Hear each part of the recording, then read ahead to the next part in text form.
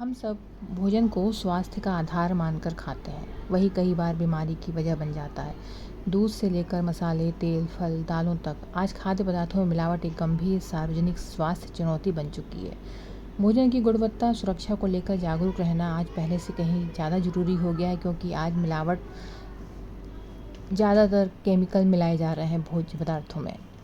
तो आइए जानें कि क्या क्या गंभीर समस्याएं हो सकती हैं, जैसे लीवर, किडनी को इससे नुकसान हो सकता है। मिलावटी खाद्य पदार्थों में मौजूद विषैले रसायन, कीटनाशक, भारी धातुओं के लंबे समय तक सेवन से लीवर, किडनी को गंभीर क्षति हो सकती है। कैंसर भी हो जाता है। कुछ मिलावटी पदार्थ जैसे कि औद्योगिक रंग, सीसा युक्त यौगिक, फार्मेल्डिहाइड लंबे समय तक सेवन करने पर कैंसर के जोखिम को बढ़ा सकते हैं।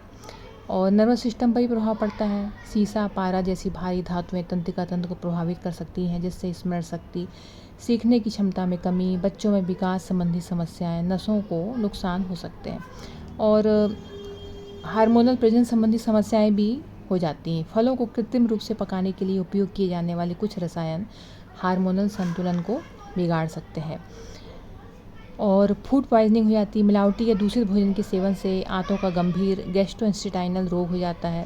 एलर्जी संबंधी प्रतिक्रियाएं हो जाती हैं, जैसे कि आर्टिफिशियल रंग और प्रतिबंधित डाई, संरक्षक, ये प्रिजर्वेटिव लगाते हैं, उपयोग करते हैं और केमिकल से त्वचा पर चकत्ते, खुजली, सांस लेने में कठिनाई और गंभीर एलर्जिक रिएक्शन हो जाते हैं।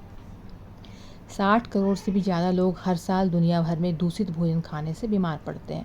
5 वर्ष से कम उम्र के बच्चे खाद्य जनित बीमारियों से सबसे अधिक प्रभावित होते हैं और 4.5 लाख लोगों की मौत हर वर्ष खाद्य जनित बीमारियों से होती है, मतलब 4.5 लाख से थोड़ा सा कम, 4.2 लाख। बाहर खाना खाते समय साफ सफाई, स्वच्छता का ध्यान रखने वाले प्रतिष्ठानों का चयन करें।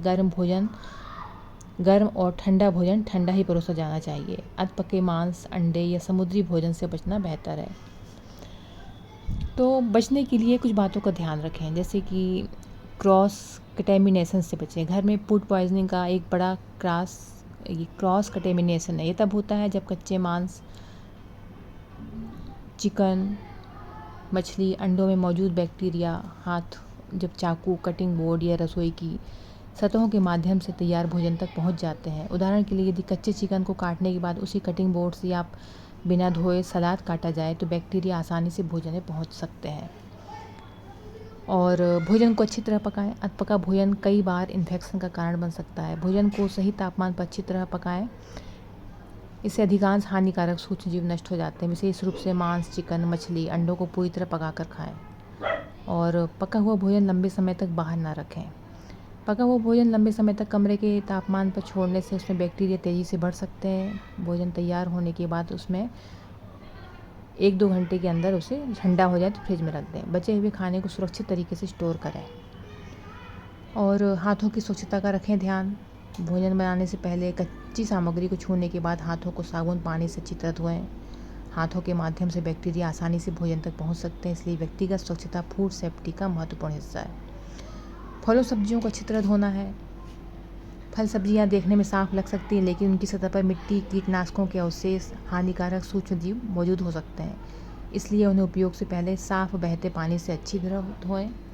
हो सके तो पहले आप कुछ देर नमक के पानी में डुबो के रखें, फिर उसको रगड़ रगड़ के साफ पानी से धोएं। तो खाने की स्वच्छता पर आप अगर ध्यान देंगे तो आप गंभीर बीमारी का जोखिम टाल सकते हैं।